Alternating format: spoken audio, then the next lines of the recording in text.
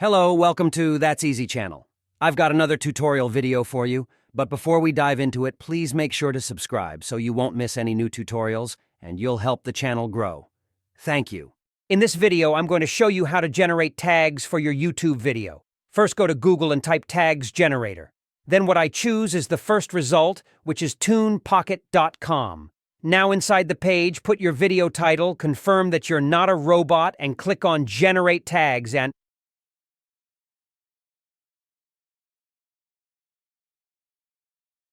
now the generator will provide you with plenty of tags you can use on this particular video.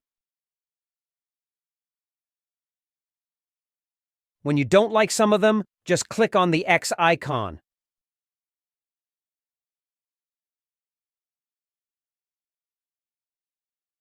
When you're okay with all of them, just click Copy to Clipboard and add it to your description. So this is it. Make sure to like and subscribe. Thanks for watching and see you next time.